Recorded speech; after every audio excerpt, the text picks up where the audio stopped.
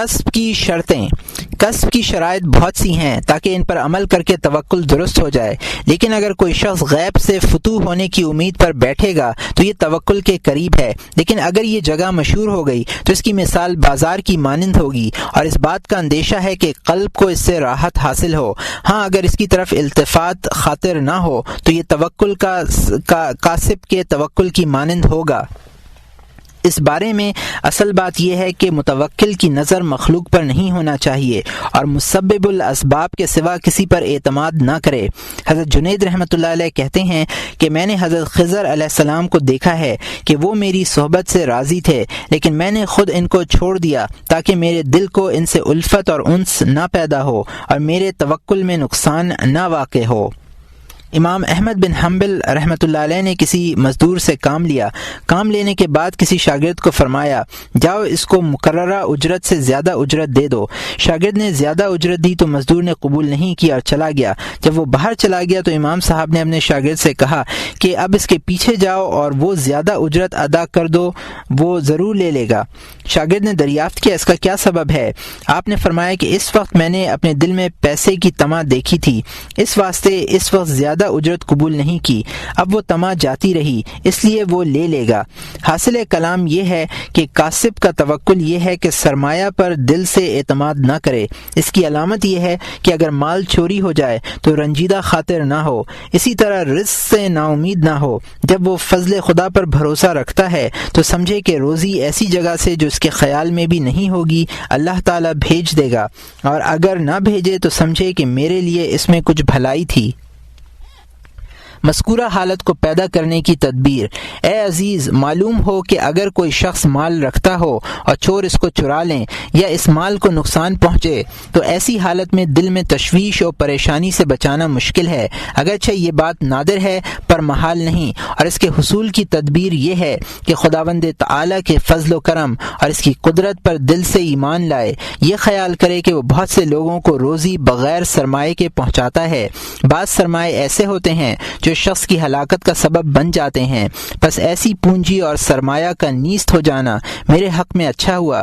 حضور اکرم صلی اللہ علیہ وسلم نے فرمایا ہے، کبھی ایسا ہوتا ہے کہ رات کو بندہ ایک ایسے کام کے بارے میں سوچتا ہے جس میں اس کا نقصان ہو، لیکن خداوند تعالی عرش سے اس پر نظر عنایت کرتے ہوئے اس کے دل سے اس کام کا خیال دور کر دیتا ہے۔ صبح کو وہ غمگین ہو کر اٹھتا ہے اور کہتا ہے کہ یہ کیوں کیا اور کس واسطے ہوا؟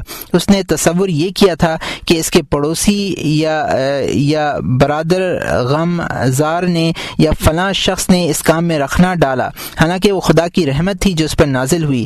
اس واسطے حضرت عمر رضی اللہ تعالیٰ عنہ فرماتے تھے کہ مجھے خوف نہیں کہ صبح کو درویش اٹھوں یا توانگر، کیونکہ میں نہیں جانتا کہ میری بھلائی کس میں ہے۔ یہ بھی معلوم ہونا چاہیے کہ درویشی کا خوف اور بدگمانی شیطان کے وسوسے سے ہے، چنانچہ خداوند تعالی نے فرمایا ہے، الشیطان یعدکم الفقر، اور شیطان تم کو مفلسی اور فقر سے ڈراتا ہے۔ خداوند تعالی کی نظر عنایت پر اعتماد رکھنا کمال معرفت ہے، خصوصاً جب یہ سمجھے کہ روزی پوشیدہ اسباب سے ہے جس کی کسی کو خبر نہیں ہے، صرف بعض کو خبر ہوتی ہے۔ الحاصل اسباب خفی پر بھی اعتماد نہ رکھے بلکہ مسبب الاسباب کی ضمانت پر بھروسہ کرے۔ منقول ہے کہ ایک عابد نے کہا کہ پڑوسی کا یہودی مجھے ہر روز 2 روٹیاں پہنچانے کا کفیل ہوا۔ تب ایک امام مسجد نے کہا کہ جب ایسی صورت ہے تو کسب کرنا روا ہے۔ یہ سن کر عابد نے کہا کہ اے نوجوان مرد، اولا یہ ہے کہ تو امامت نہ کرے، کیونکہ تیرے نزدیک یہودی کی ضمانت خدا کی ضمانت سے قوی تر ہے۔ ایک امام مسجد نے کسی شخص سے دریافت کیا کہ تو روٹی کہاں سے کھاتا ہے؟ اس نے کہا، ٹھہر جاؤ کہ میں اس نماز کو جو تیرے پیچھے پڑی ہے قضا کر لوں، کیونکہ تو خداوند تعالی کی ضمانت پر ایمان نہیں لایا ہے۔ جن لوگوں نے اس حالت کو دیکھا ہے انہوں نے ایسی جگہوں سے فتوحات حاصل کی ہیں جہاں سے ان کو امید نہیں تھی۔ وما من دابۃ فی الارض الا علی اللہ رزقها، یعنی زمین پہ کوئی جاندار ایسا نہیں ہے جس کا رزق اللہ تعالی کی ذمہ داری نہ ہو۔ شیخ طریقت حذیفہ مرعشی رحمۃ اللہ علیہ سے لوگوں نے پوچھا کہ آپ نے ابراہیم ادہم رحمۃ اللہ علیہ سے کیا عجیب بات مشاہدہ کی جو آپ نے ان کی اس قدر خدمت کی؟ انہوں نے جواب دیا کہ مکے کے سفر میں ہم دونوں بہت بھوکے تھے، جب ہم کوفے میں پہنچے تو بھوک کا اثر مجھ پر ظاہر ہوا۔ شیخ ابراہیم نے مجھ سے پوچھا کیا تم بھوک کے سبب سے بے تاب ہو؟ میں نے کہا ہاں یہی بات ہے۔ ابراہیم نے کہا دوات اور کاغذ لے آؤ۔ میں نے دونوں چیزیں حاضر کر دیں۔ انہوں نے یہ عبارت لکھی بسم اللہ الرحمن الرحیم، میں اللہ کے نام سے جو بڑا مہربان نہایت رحم والا ہے شروع کرتا ہوں۔ اے وہ جو سب احوال میں تو ہی مقصود ہے اور سب تیری طرف اشارہ کرتے ہیں، میں تیرا ثنا گو اور تیرے اکرام پر شکر کرنے والا ہوں، لیکن میں بھوکا پیاسا اور ننگا ہوں۔ میں ان تین چیزوں کا یعنی ثنا، ذکر اور شکر جو میرا حق ہے ضامن ہوں، اور جن تین چیزوں کا یعنی کھانا پانی اور لباس کا تجھ سے تعلق ہے تو ضامن رہ۔ یہ رقہ مجھے دے کر کہا کہ باہر جاؤ اور دل کو کسی اور طرف مشغول نہ کرنا، جس کو تم سب سے پہلے دیکھو یہ رقہ اس کو دے دینا۔ میں باہر نکلا، سب سے پہلے میں نے اس شخص کو دیکھا جو اونٹ پر سوار جا رہا تھا۔ وہ نامہ میں نے اس شتر سوار کو دے دیا۔ اس نے پڑھا اور پڑھ کر رونے لگا اور مجھ سے پوچھا کہ اس رقے کا کاتب کہاں ہے؟ میں نے کہا مسجد میں ہے۔ میں نے 600 دینار کی اس نے 600 دینار کی ایک تھیلی مجھے دے دی۔ میں نے دوسرے لوگوں سے پوچھا کہ یہ کون شخص تھا؟ لوگوں نے بتایا کہ ایک نصرانی ہے۔ میں نے شیخ ابراہیم ادہم رحمۃ اللہ علیہ کے پاس جا کر یہ تمام ماجرا بیان کیا۔ انہوں نے کہا کہ اس تھیلی کو اب ہاتھ نہ لگانا، کوئی دم میں اس کا مالک آیا چاہتا ہے۔ فوراً ہی وہ نصرانی آیا اور ابراہیم ادہم رحمۃ اللہ علیہ کے قدموں کو بوسہ دیا اور ایمان سے مشرف ہوا۔ شیخ ابو یعقوب بصری رحمۃ اللہ علیہ نے کہا ہے کہ میں مکے میں 10 دن بھوکا رہا، آخر کار ایک دن بے تاب ہو کر باہر نکلا، دیکھا کہ شلجم زمین پر پڑا ہے۔ جب میں نے شلجم کو اٹھانا چاہا تو میرے دل سے آواز آئی 10 روز سے تو بھوکا تھا، آخر کار سڑا ہوا شلجم تجھے نصیب ہوا۔ میں نے اس کو اٹھانے سے فوراً اپنا ہاتھ کھینچ لیا اور مسجد میں چلا آیا۔ اتنے میں ایک شخص نے طباق بھر کے پھلکے، شکر اور مغز بادام میرے سامنے لا کر رکھ دیے اور اس نے کہا کہ میں دریائی سفر میں تھا، دریا میں طوفان آ گیا، میں نے نظر مانی کہ اگر ڈوبنے سے بچ جاؤں گا تو یہ تمام چیزیں درویش کی خدمت میں پیش کروں گا جو سب سے پہلے مجھے ملے گا۔ میں نے ہر ایک میں سے ایک میٹھی چیز لے کر اس شخص سے کہا یہ باقی میں تم کو بخشتا ہوں۔ اس کے بعد میں نے اپنے دل سے کہا کہ دریا میں ہوا کو حکم ہوا کہ تیری روزی کا بندوبست کرے اور تو دوسری جگہ ڈھونڈ رہا ہے۔ ایسی عجیب و غریب حکایتوں کا مطالعہ انسان کے ایمان کو پختہ کرے گا، لہٰذا اس کا مطالعہ کریں۔ صاحب عیال کا توکل۔ اے عزیز، معلوم ہونا چاہیے کہ عیالدار آدمی کے لیے مناسب نہیں ہے کہ وہ صحرا نوردی اور بیابان گردی کرے اور کسب سے دستبردار ہو جائے، بلکہ صاحب عیال کا توکل وہی ہے جس کا ذکر ہم نے تیسرے درجے کے توکل میں کیا ہے، اور وہ توکل کاسب کا ہے، جس طرح امیر المومنین ابو بکر صدیق رضی اللہ تعالی عنہ کرتے تھے، کیونکہ جس شخص میں یہ 2 صفتیں ہوں توکل اسی کو سزاوار ہے۔ ایک یہ کہ بھوک پر صبر اور جتنا ملتا ہے خواہ وہ سبزی گھاس پات ہی کیوں نہ ہو قناعت کرے۔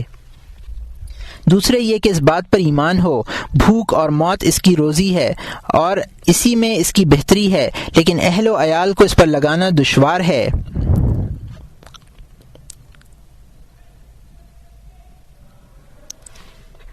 بلکہ حقیقت میں اس کا نفس بھی اس کے اہل و عیال میں داخل ہے جو بھوک پر صبر نہیں کرتا اور بے قرار ہوتا ہے۔ ایسے شخص کو سزاوار نہیں کہ کسب سے دستبردار ہو کے توکل اختیار کرے۔ اگر اہل و عیال صبر کی طاقت رکھتے ہیں اور وہ توکل پر راضی ہوں تو کسب کا ترک کرنا روا ہے۔ بس فرق یہی ہے کہ جس شخص نے اپنی بھوک پر جبراً صبر کر لیا تو روا ہے، لیکن زن و فرزند کو بھوک کی تکلیف دینا، اس پر مجبور کرنا درست نہیں ہے۔ جب کسی کا ایمان کامل ہے اور وہ زہد و تقوی میں مشغول ہے اور وہ کسب نہ کرے تو اس کی روزی کے اسباب ظاہر ہیں کہ مفقود ہے۔ جس طرح بچہ جو ماں کے شکم میں کسب کرنے سے عاجز ہے تو خدا اس کی روزی اس کے ناف کے ذریعے سے پہنچاتا ہے۔ جب پیدا ہوتا ہے تو ماں کی چھاتی سے اس کو روزی رزق دیتا ہے۔ جب وہ کھانا کھانے کی عمر کو پہنچتا ہے تو اس کے دانت پیدا کرتا ہے۔ اگر کمسنی میں اس کے ماں باپ مر جائیں اور وہ یتیم ہو جائے تو دوسرے دلوں میں اس کی مہر و محبت بھر دیتا ہے۔ جس طرح ماں کے دل دل کو ممتا سے بھر دیا تھا اور وہ اس کی پرداخت کرتی ہے۔ پہلے تو ایک شفیق ماں تھی، جب ماں مر گئی تو 1000 لوگوں کو اس کے حق میں شفیق اور مہربان بنا دیا۔ جب وہ بڑا ہوا تو اس کو کسب کرنے کی قوت بخشی اور اس کی ضروریات سے اس کو آگاہ کر دیا تاکہ وہ اس شفقت کے ذریعے جو اس کے باب میں اس کو دی گئی ہے خود اپنی غمخواری کرے، جس طرح ماں میں شفقت پیدا فرماتا ہے۔ اور وہ یہ کہتے ہیں کہ یہ نیک آدمی خدا کی عبادت میں مشغول رہتا ہے اور اس کو پاکیزہ مال دینا چاہیے۔ اس سے پہلے تو وہ خود تنہا اپنے حال پر شفیق تھا، اب سب لوگ اس کو یتیم بچے کی طرح پیار کرتے ہیں، لیکن اگر وہ کسب کی قدرت رکھتے ہوئے سستی اور کاہلی اختیار کرے گا تو مخلوق کے دل میں اس کے لیے محبت اور شفقت پیدا نہیں ہوگی۔ ایسے شخص کا توکل اور ترک کسب روا نہیں ہے، کیونکہ جب وہ اپنے نفس کے ساتھ مشغول ہے چاہیے کہ اپنی غمخواری آپ کرے۔ اگر وہ آپ سے غافل ہو کر خدا کی طرف متوجہ ہوگا تو خداوند تعالی بہت سے لوگوں کے دلوں کو اس پر مہربان فرما دے گا۔ یہی سبب ہے کہ ایسے زاہد و متقی کوئی نظر نہیں آیا جو بھوک سے ہلاک ہوا ہو۔ جب کوئی شخص اس بات پر غور و فکر کرے گا کہ خداوند کریم نے ملک و ملکوت کے کاروبار کو کس حکمت اور تدبر سے محکم کیا ہے، بے شک اس کو اس آیت کے معنی معلوم ہو جائیں گے۔ وما من دابۃ فی الارض الا علی اللہ رزقها، یعنی زمین پہ کوئی جاندار ایسا نہیں جس کا رزق اللہ تعالیٰ کی ذمہ داری نہ ہو، اور وہ جان لے گا کہ بادشاہت کا ایسا اچھا انتظام اس نے کیا ہے کہ کوئی بھی تباہ حال اور برباد نہ ہو سوائے شاذ و نادر کے، اور وہ بھی ہیں اسی وجہ سے کہ اس کی بہتری اور بھلائی اسی میں تھی۔ اس کی ہلاکت اس وجہ سے نہیں ہوئی کہ اس نے ترک کسب کیا تھا، کیونکہ شخص کا ضائع اور ہلاک ہونا شاذ ہی ہے جس نے بہت سا سامان جمع کیا ہو۔ حضرت حسن بصری رحمۃ اللہ علیہ، جنہوں نے اس حال کا مشاہدہ کیا تھا، کہتے ہیں کہ اگر سب اہالیان بصرہ میرے عیال ہوں اور گیہوں کے ایک دانے کی قیمت قحط سالی کے سبب سے 1 دینار ہو تو اس وقت بھی مجھے کچھ فکر نہیں ہوگی۔ وہب ابن الورد رحمۃ اللہ علیہ کا کہنا ہے کہ اگر آسمان لوہے کا اور زمین سیسے کی ہو جائے اور میں اس حال میں اپنی روزی کے معاملے میں فکر مند رہوں تو مجھے خوف ہے کہ میں مشرک بن جاؤں گا۔ خداوند تعالی نے روزی حوالہ جو آسمان کے حوالے کیا ہے، اس کا سبب یہ ہے کہ کسی کو آسمان پر قدرت نہیں ہے۔ نقل ہے کہ کچھ لوگ حضرت خواجہ جنید بغدادی رحمۃ اللہ علیہ کے پاس آئے اور کہنے لگے کہ ہم اپنی روزی ڈھونڈ رہے ہیں۔ آپ نے فرمایا اگر تم کو معلوم ہو کہ تمہاری روزی فلاں جگہ ہے تو ضرور تلاش کرو۔ انہوں نے کہا کہ ہم خدا سے طلب کریں گے۔ انہوں نے کہا کہ اگر تم یہ سمجھتے ہو کہ خداوند تعالی تم کو بھول گیا ہے تو ضرور اس کو یاد دلاؤ۔ انہوں نے کہا کہ ہم تو توکل کر کے دیکھیں گے کہ ہماری قسمت میں کیا لکھا ہے۔ انہوں نے کہا کہ آزمائش کے لیے توکل کرنا شک سے خالی نہیں ہے۔ انہوں نے پوچھا پھر ہم کیا تدبیر کریں؟ انہوں نے جواب دیا کہ بے تدبیری ہی اس کی تدبیر ہے۔ پس حقیقت میں خدا کی ضمانت رزق کے بارے میں کافی ہے۔ جس کو روزی کی حاجت ہو اس کو چاہیے کہ حق تعالی کی طرف متوجہ ہو۔ دوسرا مقام یہ ہے کہ متوکل توکل کی حالت میں ذخیرہ کر کے رکھے۔ معلوم ہونا چاہیے کہ جو کوئی 1 سال کا خرچ اپنے لیے جمع کر کے رکھے گا اس کا توکل ناقابل اعتبار ہے، کیونکہ اس نے مسبب الاسباب کو چھوڑ کر اسباب ظاہر پر تکیہ کیا ہے، اور یہ بات ہر سال ہوا کرے گی۔ لیکن جو شخص ضرورت کے وقت پیٹ بھر کھانے پر یا اتنے کپڑے پر جس سے تن ڈھک جائے قناعت کرے گا، اس کا توکل کامل ہے۔ شیخ ابراہیم خواص رحمۃ اللہ علیہ نے فرمایا ہے کہ اگر کوئی شخص 40 روز کی روزی ذخیرہ کرے گا تو اس کا توکل باطل نہ ہوگا۔ ہاں اگر 40 روز سے زیادہ ذخیرہ کرے گا تو توکل باقی نہیں رہے گا۔ شیخ طریقت سہل تستری رحمۃ اللہ علیہ نے کہا ہے کہ ذخیرہ کرنا خواہ وہ جس قدر بھی ہو توکل کو باطل کرتا ہے۔ شیخ ابو طالب مکی رحمۃ اللہ علیہ کہتے ہیں اگر ذخیرے پر اس کا اعتماد نہ ہو اس صورت میں 40 دن سے زیادہ روزی کا ذخیرہ کرنا توکل کو باطل نہیں کرتا ہے۔ حسین رحمۃ اللہ علیہ مغازلی جو شیخ طریقت بشر حافی رحمۃ اللہ علیہ کے مرید تھے کہتے ہیں کہ ایک دن ایک درمیانی عمر کا آدمی بشر حافی رحمۃ اللہ علیہ کی خدمت میں حاضر ہوا۔ شیخ نے مجھے مٹھی بھر کے چاندنی دے کر کہا کہ اس سے نفیس اور ستھرا کھانا خرید کر لے آؤ، آج تک میں نے ان کی زبان سے ایسی بات نہیں سنی تھی۔ میں کھانا خرید کر لایا۔ بشر حافی رحمۃ اللہ علیہ نے اس مہمان کے ساتھ کھانا کھایا۔ آج تک میں نے ان کو کسی کے ساتھ کھانا کھاتے نہیں دیکھا تھا۔ جب یہ دونوں حضرات کھانے سے فارغ ہو گئے تو بہت سا کھانا باقی بچ گیا۔ تب وہ مہمان بچا ہوا کھانا اپنے ساتھ لے کر چلا گیا۔ مجھے اس بات سے بھی سخت تعجب ہوا کہ بغیر اجازت اس نے ایسا کیوں کیا۔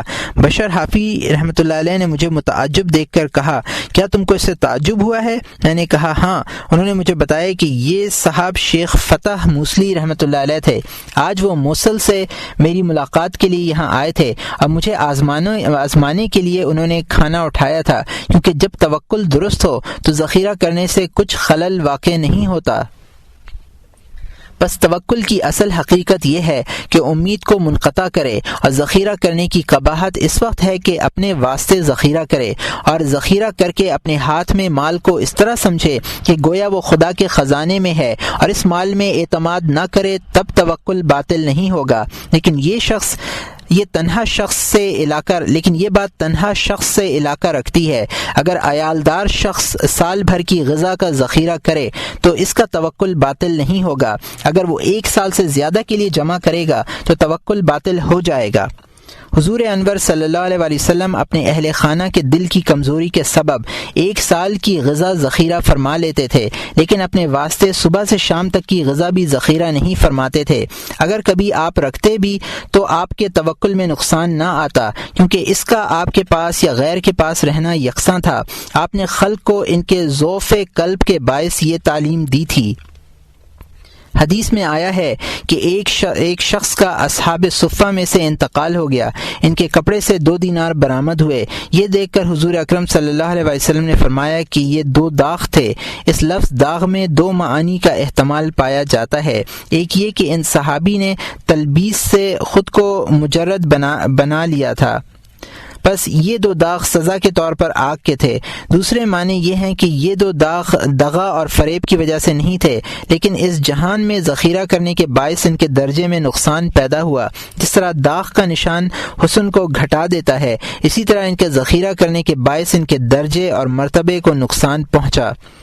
ایک درویش صحابی کا جب انتقال ہوا تو رسول اکرم صلی اللہ علیہ وسلم نے فرمایا کہ جب یہ قیامت میں اٹھایا جائے گا تو اس کا چہرہ 14ویں کے چاند کی طرح حسین ہوگا، اور اگر اس میں ایک خصلت نہ ہوتی تو آفتاب کی مانند تاباں ہوتا، اور وہ خصلت یہ تھی کہ سردی کا لباس دوسری سردی کے موسم تک اور گرمی کا لباس دوسری گرمی کے موسم تک وہ محفوظ رکھتا تھا۔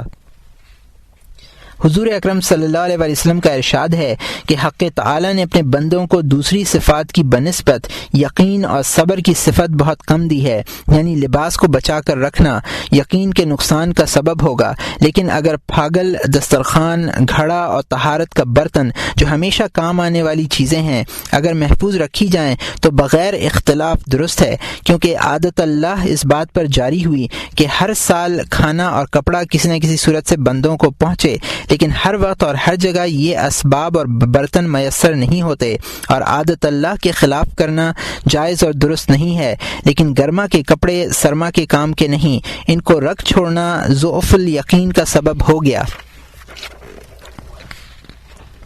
فصل: اے عزیز، معلوم ہونا چاہیے کہ اگر کوئی شخص ایسا ہے کہ بغیر ذخیرہ کیے اس کے دل کو چین نہ آئے اور مخلوقات کا دست نگر رہے گا تو اس کے حق میں ذخیرہ کرنا اولا ہے، بلکہ اگر ایسا ہے کہ بغیر اس زمین کے جس سے بقدر کتابت حاصل کر سکتا ہو اس کا دل ذکر و فکر میں مشغول نہیں رہ سکتا تو مناسب یہ ہے کہ وہ بقدر کتابت زمین میں رکھے، کیونکہ ان تمام باتوں سے مقصود دل کی اصلاح ہے تاکہ یاد الہی میں مشغول ہو، اور شاید ہی کوئی دل والا ایسا ہوگا کہ مال کی موجودگی اس کو عبادت سے باز رکھے اور درویشی میں سکون حاصل ہو، اور یہ بڑا مقام اور عظیم درجہ ہے، اور کسی کا دل ایسا ہوگا کہ بقدر کفایت مال کے بغیر تسلی حاصل نہ کرے، ایسے شخص کے حق میں زمین کا اس کے پاس ہونا اولا تر ہے، اور اگر ایسا دل ہے کہ بغیر شوقت اور تجمل کے آرام و سکون نہیں پاتا، ایسا شخص دیانت سے بہرور نہیں ہے اور ایسے شخص کا کچھ اعتبار نہیں۔ تیسرا مقام ان اسباب کا ہے جن سے ضرر رفع ہو سکے۔ اے عزیز، معلوم ہونا چاہیے کہ توکل میں ہر ایک سبب سے جو قطعی ہو یا غالب ہو حذر کرنا شرط نہیں ہے، بلکہ اگر کوئی متوکل اپنے گھر کے دروازے بند کر کے ان کو مقفل کر دے اس لیے کہ چور اس کا مال نہ لے جائیں تو اس کا توکل باطل نہ ہوگا۔ اس طرح اگر دشمن سے بچنے کے لیے اپنے پاس تلوار رکھے گا یا جبہ پہن لے کہ راستے میں اس کو ٹھنڈ نہ لگے تب بھی اس کا توکل باطل نہیں ہوگا۔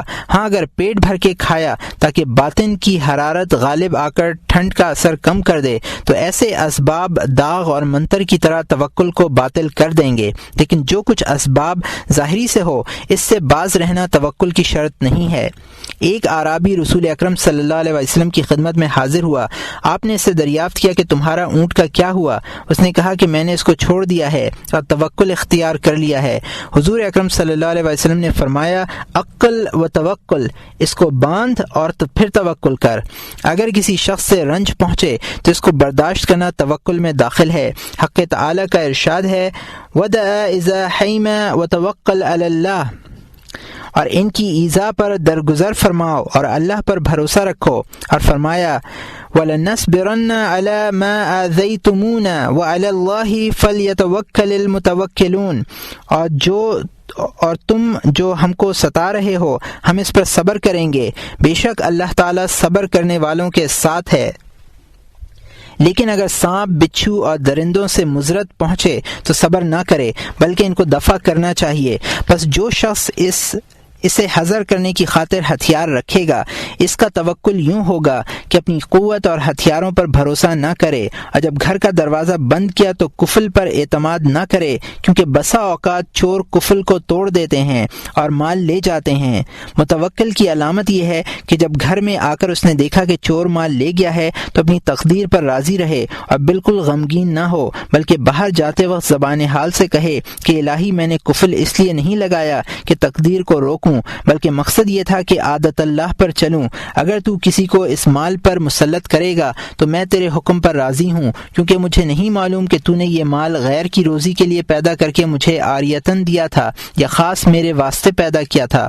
پس اگر دروازہ بند کر کے کفل لگا لیا، واپس آ کر اپنا مال نہ پایا، غمگین ہوا، اور دروازہ بند کرنے کا یہ فائدہ ہے کہ وہ سمجھے گا کہ دنیا توکل کا نام نہیں اور وہ نفس کا محض ایک فریب تھا جو اس نے دیا تھا۔ لیکن اگر خاموش رہ کے گلہ نہ کرے گا تو اس کو صبر کا درجہ حاصل ہوگا، اور اگر اس نے شکایت کی اور چور کو تلاش کرنے کی کوشش کی تو صبر کے اس درجے سے بھی گرے گا۔ اس کو یقیناً یہ معلوم ہونا چاہیے کہ اس طرح نہ وہ صابرین میں داخل ہے اور نہ متوکلین میں۔ اب اس کو چاہیے کہ آئندہ توکل کا دعویٰ نہ کرے، اور یہ ایک بڑا فائدہ ہے جو اس کو چور سے حاصل ہوا۔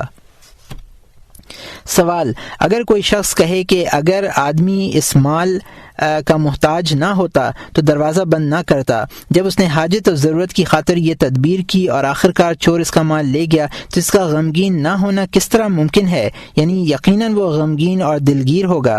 جواب: اس کا یہ ہے کہ اس کا غمگین نہ ہونا ممکن تھا، کیونکہ جب وہ چیز اس کو خداوند تعالی نے مرحمت فرمائی اور وہ اس کے پاس تھی، اس میں اس کی بھلائی تھی، اور اب اس کی خوبی اس بات میں تھی کہ وہ مال اس کے پاس نہ رہے۔ اس کی دلیل یہ ہے کہ حق تعالی نے اس کا مال اس سے لے لیا، بس دونوں حال میں اپنی بھلائی کا خیال کر کے خوش رہے اور اس بات پر ایمان لائے کہ حق تعالی وہی کرتا ہے جو اس کے حق میں بھلا ہو۔ بندہ نہیں جانتا کہ اس کی بھلائی کس چیز میں ہے، خداوند عالم ہی بہتر جانتا ہے۔ جیسے وہ بیمار جس کا باپ طبیب مشفق ہو اور وہ اس کو گوشت اور غذا دیتا ہے تو مریض خوش ہو کر کہتا ہے کہ میرا باپ مجھ میں تندرستی کے آثار نہ دیکھتا تو مجھے یہ چیزیں کھانے کو نہ دیتا، اور گوشت کھانے سے اس کو منع کرے، تب بھی وہ خوش ہو کر کہتا ہے کہ چونکہ میرا باپ اس میں میرا نقصان دیکھ رہا ہو اس لیے اس نے منع کر دیا ہے۔ بس جب تک خدا پر بندے کا ایمان ایسا نہ ہو توکل کا دعویٰ بے جا اور بالکل بے اصل ہوگا۔ متوکل کے آداب۔ معلوم ہو کہ جب متوکل کا مال چوری ہو جائے تو 6 قسم کے آداب بجا لائے۔ پہلا ادب یہ ہے کہ دروازے کو بند کرنے میں زیادہ مبالغہ نہ کرے کہ ہر وقت دروازے کو بند رکھے، بہت سی گرہیں نہ لگائے اور پڑوسیوں سے نگرانی کا سوال نہ کرے۔ نقل ہے کہ مالک بن دینار رحمۃ اللہ علیہ اپنے گھر کے دروازے کو دھاگے سے باندھ کر کہتے کہ اگر کتے کے اندر داخل ہونے کا ڈر نہ ہوتا تو میں یہ دھاگا بھی نہ باندھتا۔ دوسرا ادب یہ ہے کہ جو چیز قیمتی اور چور کے مطلب کی ہو اس گھر میں نہ رکھے، کیونکہ اس سے چور کو چوری کی تحریک ہوتی ہے، چوری کرنے کی تحریک ہوتی ہے۔ نقل ہے کہ مغیرہ بن مالک دینار کو زکوٰۃ کی رقم بھیجی گئی، انہوں نے وہ رقم لوٹا دی اور کہا کہ شیطان میرے دل میں وسوسہ پیدا کر رہا ہے کہ چور اس کو چرا کر لے جائے گا۔ بس انہوں نے یہ پسند نہیں کیا کہ وسوسے میں مبتلا ہوں اور چور بھی معصیت میں مبتلا ہو۔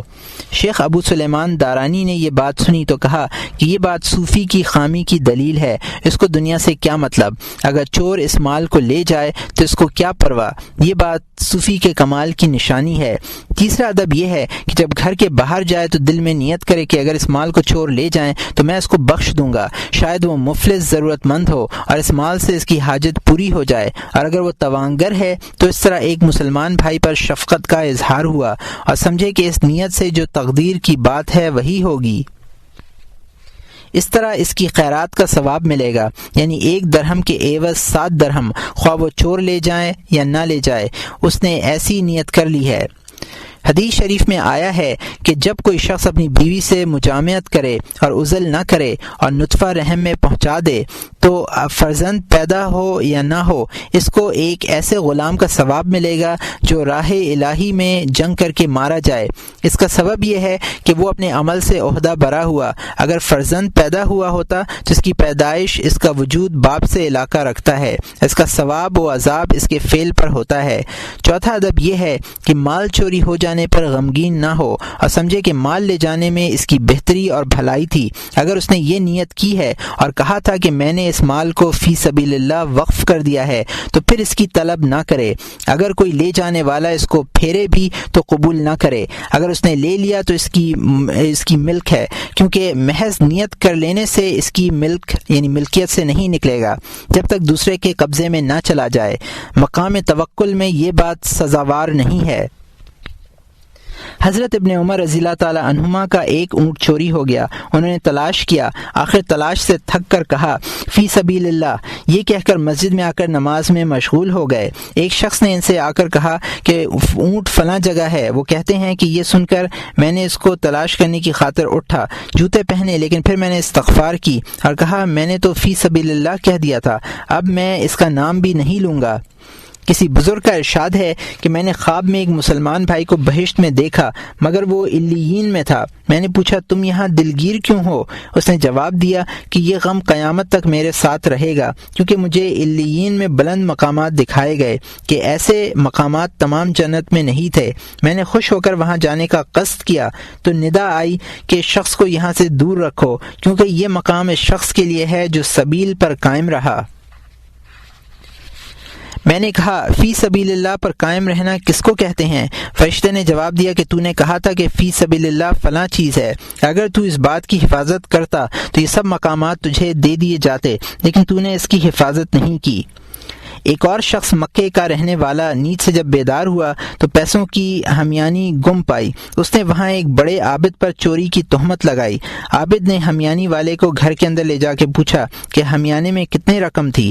جتنی رقم اس نے بتائی عابد نے اس کے حوالے کر دی۔ جب ہمیانی والا وہاں سے باہر نکلا تو اس کو معلوم ہوا کہ اس کا ایک دوست از راہ مذاق اس کی ہمیانی لے گیا تھا۔ یہ سن کر وہ شخص واپس ہوا اور عابد کی دی ہوئی رقم ہر چند اس نے واپس کرنا چاہی، لیکن عابد نے قبول نہیں کیا اور کہا کہ میں نے اس مال کو دیتے وقت فی سبیل اللہ کی نیت کی تھی۔ آخر کار عابد نے کہا یہ مال فقیروں کو دے دو، چنانچہ اس نے ایسا ہی کیا۔ اسی طرح اگر کوئی شخص فقیر کو روٹی دینے کے لیے لے جائے اور فقیر دروازے سے چلا جائے تو روٹی کو گھر میں واپس لے جانا اور خود کھانا بزرگان سلف کے نزدیک مکروہ ہے، بلکہ وہ دوسرے فقیر کو تلاش کر کے دے دیتے تھے۔ 5واں ادب یہ ہے کہ چور اور ظالم کو بد دعا نہ دے، اگر ایسا کیا گیا تو توکل باقی نہ رہا اور زہد بھی باطل ہو جائے گا، کیونکہ جو شخص ایک حادثے پر تعسف کرے وہ زاہد نہیں ہے۔ منقول ہے کہ ربی ابن خصیم کا گھوڑا جو چند ہزار درہم کا تھا چور لے گیا۔ وہ کہتے ہیں کہ جب چور اس کو چرا کر لے جا رہا تھا تو میں دیکھ رہا تھا۔ کسی نے پوچھا کہ پھر آپ نے چور کو کیوں چھوڑ دیا؟ انہوں نے کہا کہ جس وقت میں جس شغل میں تھا وہ اس سے بہتر تھا، یعنی نماز میں تھا۔ یہ سن کر لوگ چور کو بد دعا دینے لگے تو انہوں نے کہا کہ ایسا نہ کہو، میں نے اپنا گھوڑا چور کو بخش دیا اور اسے خیرات کر دیا۔ نقل ہے کہ کسی شخص نے ایک مظلوم شخص سے کہا کہ تو اپنے ستمگر کو بد دعا دے۔ اس نے جواب دیا کہ ظالم نے مجھ پر ظلم کر کے اپنے اوپر ظلم کیا ہے، مجھ پر نہیں، اتنی ہی بلا اس پر کافی ہے، میں کیوں اور زیادہ کروں؟ حدیث شریف میں آیا ہے کہ اپنے ظالم کو اس قدر بد دعا کر اور برا کہہ کہ اس کا بدلہ پورا ہو جائے کہ ظالم کا حق اس پر فاضل ہوتا ہے۔ چھٹا ادب یہ ہے کہ چور کے لیے غمگین ہو اور اس پر ترحم کرے، کیونکہ اس سے ایک معصیت سرزد ہوئی، کیونکہ اگر کسی شخص کا دل ایسے شخص پر جس نے معصیت کو حلال سمجھا ہو ترس نہ کھائے تو وہ خلائق کی غمخواری اور دلسوزی سے گویا دستبردار ہو گیا۔ شیخ فضیل رحمۃ اللہ علیہ نے اپنے فرزند علی رحمۃ اللہ علیہ کو دیکھا کہ وہ رو رہے تھے، چور ان کا مال چرا کر لے گیا تھا۔ شیخ فضیل رحمۃ اللہ علیہ نے پوچھا کیا تم مال کے زیاں پر رو رہے ہو؟ انہوں نے کہا نہیں، بلکہ اس چور بیچارے پر رو رہا ہوں جس نے ایسا برا کام کیا اور قیامت میں اس کا عذر پذیر نہ ہوگا، ان کا عذر پذیرانہ نہ ہوگا۔ چوتھا مقام بیماری کے علاج اور مضرت کو دفع کرنے کا طریقہ ہے۔ معلوم ہونا چاہیے کہ علاج 3 طریقوں سے ہوتا ہے۔ ایک علاج قطعی ہے، جیسے بھوک کا علاج کھانے سے اور پیاس کا علاج پانی پینے سے ہے، یا کہیں آگ لگی ہے تو اس کا علاج یہ ہے کہ اس پر تم پانی ڈالو۔ ایسی تدبیر سے دستبردار ہونا توکل کے لیے ضروری نہیں ہے بلکہ حرام ہے۔ دوسرا علاج نہ قطعی ہے نہ ظنی، لیکن اس میں تاثیر کا احتمال ہے، جیسا کہ منتر، داغ اور فال سے دستبردار ہونا توکل کی شرط ہے۔ چنانچہ حدیث شریف میں آیا ہے کہ منتر وغیرہ پر کاربند ہونا اس باب میں بھرپور کوشش کرنا اور ان پر بھروسہ کرنے کی علامت ہے، اور داغ ان میں قوی تر ہے، اور اس کے بعد افسوں ہے، اور فال جس کو تیرا کہتے ہیں ان سب میں ضعیف تر ہے۔ تیسرا علاج ان دونوں افراط و تفرید میں متوسط ہے، یعنی قطعی نہیں پر اس کا اثر کا ظن و گمان رکھے، جیسے فسد لینا، سینکی لگوانا، جلاب لینا، گرمی کا علاج سردی سے اور سردی کا علاج گرمی سے کرنا۔ ایسی تدابیر سے باز آنا حرام تو نہیں لیکن توکل کی شرط بھی نہیں۔ بعض حالات میں اس کا کرنا نہ کرنے سے اولا ہے اور بعض اوقات میں نہ کرنا اولا ہوگا، اور اس بات کی دلیل کہ اس کو ترک کرنا توکل کے لیے ضروری نہیں ہے یہ ہے کہ حضور پر نور محمد مصطفیٰ صلی اللہ علیہ وسلم کا قول و فعل ہے۔ سرور کونین صلی اللہ علیہ وسلم نے فرمایا ہے کہ بندگان الہی دعا کرو، اور فرمایا ہے کہ موت کے سوا کوئی ایسی بیماری نہیں جس کی دوا نہ ہو، لیکن احتمال یہ ہے کہ لوگ اس کو معلوم کریں نہ کریں۔ صحابہ کرام نے رسول اللہ صلی اللہ علیہ وسلم سے دریافت کیا کہ آیا دوا اور افسوں تقدیر کو بدل سکتے ہیں؟ آپ نے جواب میں ارشاد فرمایا کہ تدبیر بھی تقدیر الہی سے ہے۔ حضور صلی اللہ علیہ وسلم فرماتے ہیں میں فرشتوں کی جس جماعت سے بھی گزرا انہوں نے مجھ سے کہا کہ آپ اپنی امت کو سینگی لگانے کا حکم کیجیے۔ رسول اکرم صلی اللہ علیہ وسلم فرماتے ہیں کہ مہینے کی 17ویں، 19ویں اور 21ویں کو سینگی لگواؤ، ایسا نہ ہو کہ خون کا غلبہ تمہاری ہلاکت کا سبب ہو۔ آپ صلی اللہ علیہ وسلم نے فرمایا ہے کہ خون فرمان الہی سے ہلاکت کا سبب ہے، اور خون بدن سے کم کرنے میں اور پیراہن سے اور گھر سے آگ دفع کرنے میں کوئی فرق نہیں ہے۔ تینوں باتیں یکساں ہیں، کیونکہ یہ سب ہلاکت کے اسباب ہیں اور ان کو ترک کرنا توکل کی شرط نہیں۔ حضور اکرم صلی اللہ علیہ وسلم نے ارشاد فرمایا ہے کہ آنے والے منگل کو جو کسی کو بھی مہینے کی 17ویں تاریخ کو آئے سینگی لگوانا 1 سال کی بیماری کو دور کرتا ہے، اور یہ روایت حدیث منقطع میں آئی ہے۔ حضور اکرم صلی اللہ علیہ وسلم نے حضرت سعد بن معاذ رضی اللہ تعالیٰ عنہ کو فسد کھلوانے کا حکم دیا، اور حضرت علی رضی اللہ تعالیٰ عنہ کو آشوب چشم لاحق ہوا تو حضور صلی اللہ علیہ وسلم نے ان سے فرمایا خرما مت کھاؤ اور چقندر جو کے آش میں پکا کر کھاؤ۔ حضرت صہیب رضی اللہ تعالیٰ عنہ سے فرمایا کہ تم کھجور کھاتے ہو حالانکہ درد چشم میں مبتلا ہوا۔ انہوں نے مزاحاً عرض کیا کہ میں منہ کی دوسری جانب سے کھاتا ہوں۔ یہ سن کر حضور صلی اللہ علیہ وسلم نے تبسم فرمایا۔ اس طرح کہ دندان مقدس کی سفیدی نظر آنے لگی۔ حضور اکرم صلی اللہ علیہ وسلم کا معمول شریف تھا کہ آپ ہر شب سرما لگاتے تھے اور ہر مہینے سینگی لگواتے اور ہر سال دوا کھاتے۔ جب آپ پر وحی کا نزول ہوتا تو آپ کے سر میں درد پیدا ہو جاتا تھا تو آپ سر اقدس پر مہندی باندھتے تھے، اور جب کسی عضو پر زخم لگتا تب بھی مہندی باندھتے اور لگاتے تھے، اور اکثر زخم پر مٹی ڈال دیتے تھے۔ طب النبی صلی اللہ علیہ وسلم ایک کتاب ہے جس کو علماء نے مرتب کیا ہے۔ موسیٰ علیہ السلام کو ایک بیماری لاحق ہوئی تھی۔ بنی اسرائیل نے کہا کہ فلاں چیز اس کی دوا ہے۔ آپ نے فرمایا کہ میں دوا نہیں کھاؤں گا، حق تعالی شفا بخشے گا۔ اس بیماری نے طول کھینچا۔ تب بنی اسرائیل نے پھر کہا کہ وہ دوا مشہور اور مجرب ہے، اس کے کھاتے ہی آپ کو صحت ہوگی۔ آپ نے پھر کہا میں نہیں کھاؤں گا خواہ بیماری باقی رہے۔ حق تعالی نے آپ پر وحی بھیجی کہ مجھے اپنی عزت کی قسم، جب تک تم دوا نہیں کھاؤ گے میں صحت نہ بخشوں گا۔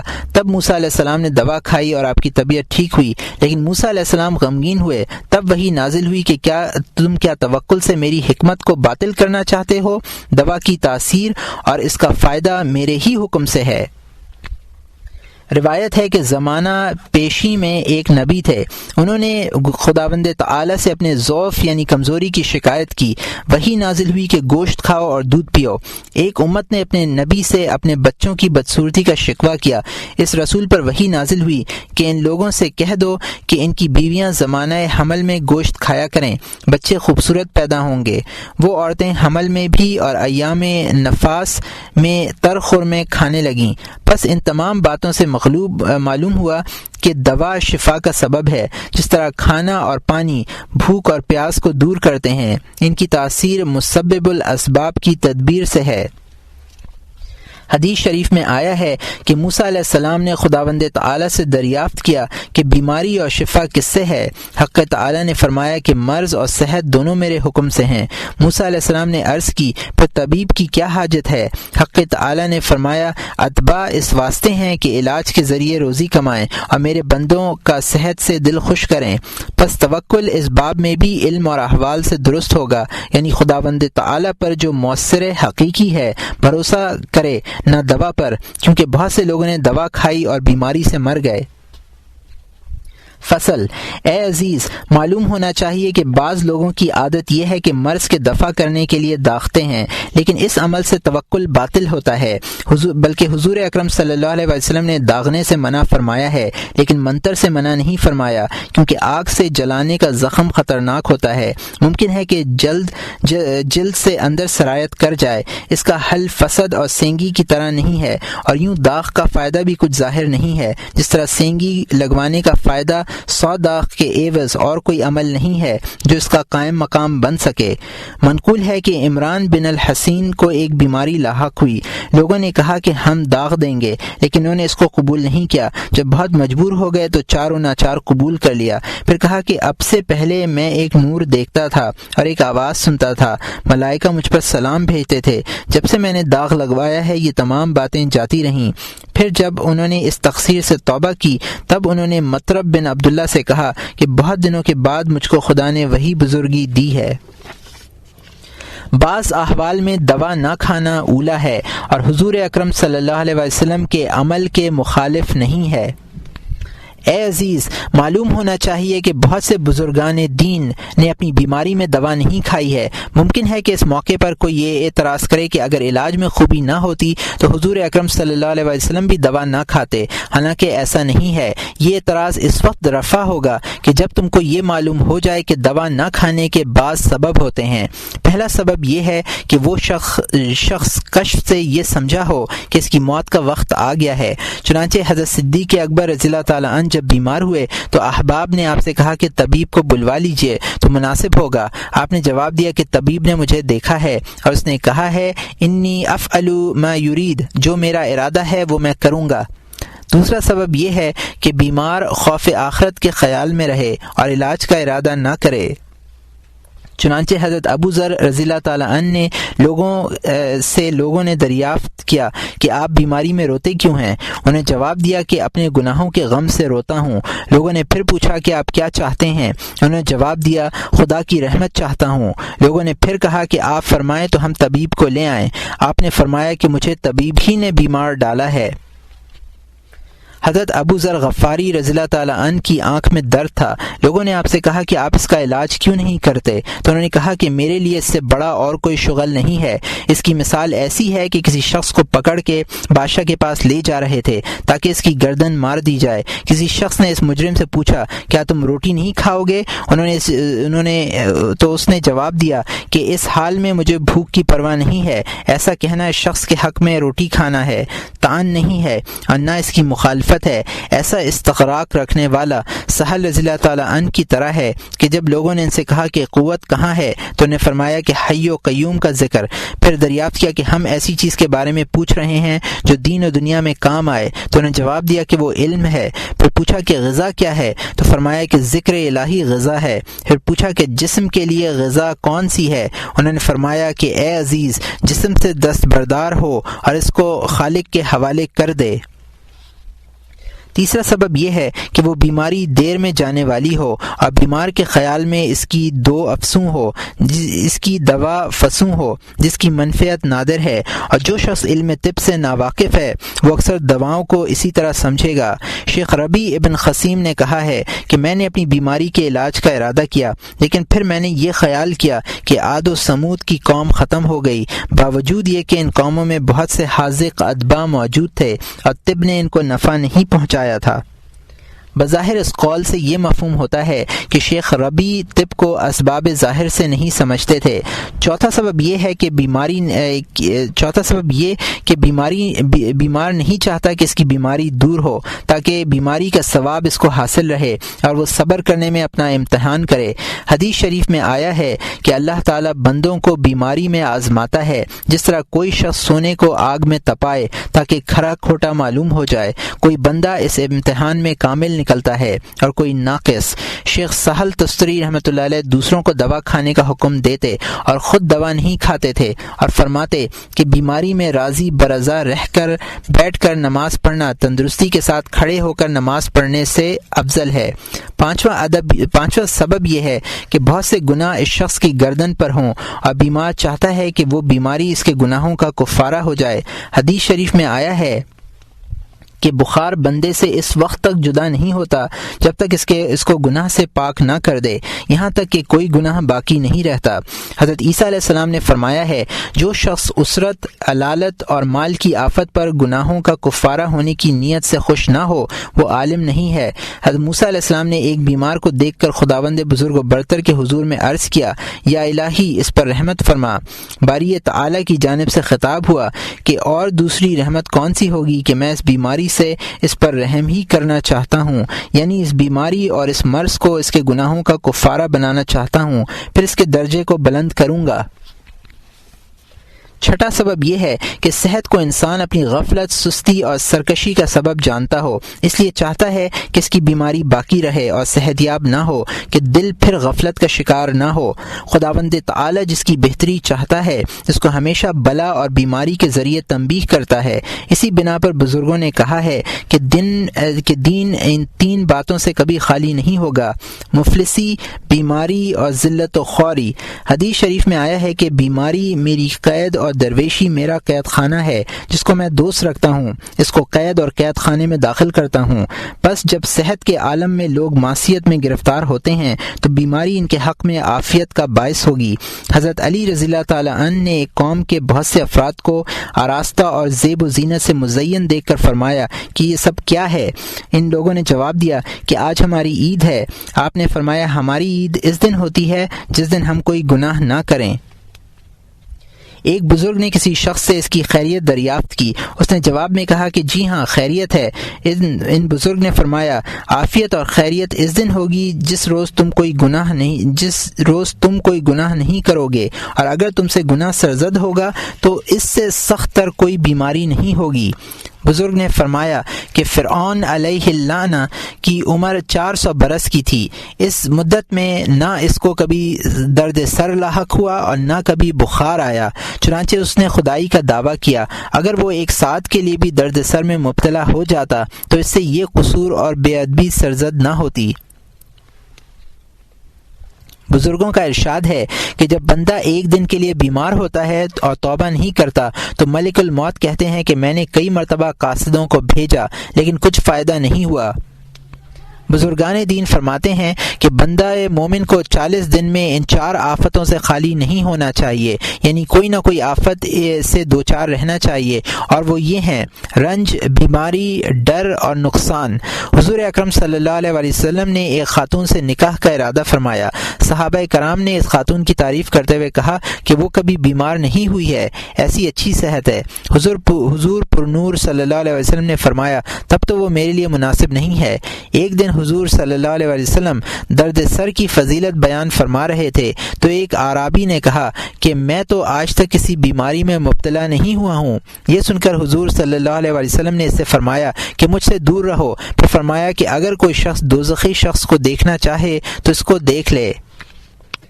حضرت عائشہ رضی اللہ تعالی عنہا نے حضور اکرم صلی اللہ علیہ وسلم سے دریافت کیا کہ یا رسول اللہ، شہادت کا درجہ کس کو حاصل ہے؟ آپ نے فرمایا جو شخص ایک دن میں 20 مرتبہ موت کو یاد کرے گا اس کو یہ درجہ ملے گا، اور شک نہیں کہ بیمار موت کو ہر آن یاد کرتا ہے۔ بس بعض حضرات ان وجوہ کی بنا پر بیماری میں علاج کے طلبگار نہیں ہوئے، اور حضرت رسالت مآب صلی اللہ علیہ وسلم کو ان اسباب کی احتیاج نہیں تھی، آپ اس لیے علاج کیا کرتے تھے۔ الحاصل اسباب ظاہری سے حذر کرنا توکل کے خلاف نہیں ہے۔ حضرت عمر رضی اللہ تعالیٰ عنہ جب ملک شام کے سفر پر تشریف لے جانا چاہتے تھے کہ آپ کو خبر پہنچی کہ وہاں طاعون پھیلا ہوا ہے۔ ایک جماعت نے کہا کہ ہم کو نہیں جانا چاہیے، اور کچھ لوگوں نے کہا کہ قضاء و قدر سے حذر کرنا درست نہیں ہے۔ حضرت عمر رضی اللہ تعالیٰ عنہ نے فرمایا کہ ہم خداوند تعالیٰ کی تقدیر سے اس کی تقدیر ہی کی طرف بھاگیں گے۔ پھر فرمایا کہ اگر کسی شخص کے پاس 2 چراگاہیں ہوں، ایک خشک اور ایک سرسبز، اور وہ شخص ان 2 وادیوں میں سے جس وادی میں بھی اپنے ریوڑ کو لے جائے وہ تقدیر الہی سے ہے۔ اس کے بعد حضرت عمر رضی اللہ تعالیٰ عنہ نے حضرت عبد الرحمن بن عوف رضی اللہ تعالیٰ عنہ کو بلایا تاکہ اس معاملے کو ان سے حل کرایا جائے، ان کی رائے دریافت کی جائے۔ انہوں نے کہا کہ میں نے رسول اکرم صلی اللہ علیہ وسلم سے سنا ہے کہ آپ فرماتے تھے کہ جب تم سنو کہ فلاں جگہ وبا ہے تو وہاں مت جاؤ، اور جب تم ایسی جگہ ہو جہاں وبا پھیل جائے تو وہاں سے مت بھاگو۔ یہ سن کر حضرت عمر رضی اللہ تعالیٰ عنہ نے فرمایا الحمدللہ، میری رائے حدیث شریف کے موافق نکلی۔ دوسرے صحابہ رضی اللہ عنہم نے بھی اس بات پر اتفاق کیا۔ باہر نکلنے سے جو منع کیا گیا ہے اس کی مصلحت یہ ہے کہ اگر تندرست لوگ ایسے مقام سے چلے جائیں تو بیمار ہلاک ہو جائیں، ان کی تیمارداری کون کرے گا؟ اور بیماروں کو ساتھ لے کے نکلنا بھی ممکن نہیں ہے، جبکہ وبا باطن میں سرایت کر چکی تو باہر نکلنا بے فائدہ ہے۔ بعض احادیث میں آیا ہے کہ وہاں سے بھاگنا ایسا ہے جیسے کوئی کافر کی جنگ سے بھاگ گیا۔ اس تمثیل کا مقصد یہ ہے کہ جس طرح کافروں کی جنگ سے بھاگ جانے سے دوسری سپاہ کا دل ٹوٹتا ہے، اسی طرح وبا میں تندرستوں کے چلے جانے سے بیماروں کا دل ٹوٹ جائے گا اور وہ دل شکستہ ہو جائیں گے، اور پھر کوئی بھی ایسا نہ ہوگا جو ان کو کھانا دے، بس وہ بھوک سے ہلاک ہو جائیں گے، اور بھاگنے والے کا بچنا مشکوک ہے۔ فصل: اے عزیز، معلوم ہونا چاہیے کہ بیماری کا چھپانا شرط توکل ہے، بلکہ گلہ شکوہ اور اظہار مکروہ ہے، مگر یہ کہ کوئی عذر ہو، مثلا طبیب سے حال کہتا ہے یا چاہتا ہے کہ اپنی مجبوری یا عجز کا اظہار کرے، مگر اس میں رعونت اور چالاکی کو اپنے نفس سے خارج کر دے۔ منقول ہے کہ حضرت علی رضی اللہ تعالیٰ عنہ علیل تھے، لوگوں نے آپ سے حال دریافت کیا کہ آپ اچھے اور بخیریت ہیں، آپ نے فرمایا نہیں۔ آپ کے اس جواب پر لوگ ایک دوسرے کو دیکھنے لگے اور متعجب ہوئے۔ تب حضرت امیر المومنین نے فرمایا کہ میں خداوند تعالیٰ کو اپنی شجاعت اور جوان مردی جتلاؤں۔ ایسا فرمانا آپ ہی کو زیبا تھا کہ باوجود قوت و مردانگی کے اپنے عجز کا اظہار فرماتے تھے۔ اسی واسطے آپ نے دعا فرمائی کہ الہی مجھے صبر عطا فرما۔ حضرت رسول اکرم صلی اللہ علیہ وسلم نے فرمایا ہے خدا سے عافیت طلب کرو، بلا مت مانگو۔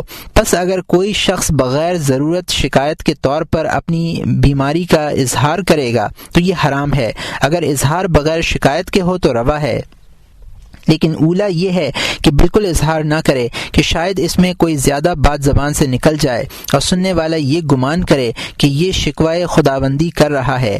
علماء کرام فرماتے ہیں کہ بیمار اگر گریہ و زاری کرے تو اس کو معصیت میں لکھا جاتا ہے، کیونکہ اس میں اپنے مرض کو ظاہر کرنا ہے۔ ابلیس لعین نے حضرت ایوب علیہ السلام سے نالہ و فریاد کے سوا اور کچھ نہیں دیکھا۔ حضرت فضیل رحمۃ اللہ علیہ بن ایاز، شیخ بشر حافی رحمۃ اللہ علیہ اور وہب ابن الورد رحمۃ اللہ علیہ جو بزرگان دین میں سے تھے، جب بیمار ہوتے تو گھر کا دروازہ بند کر دیتے تھے تاکہ کسی کو ان کی بیماری کی خبر نہ ہو، اور وہ فرماتے کہ ہم اس طرح بیمار رہنا چاہتے ہیں کہ کوئی ہماری عیادت نہ کرے۔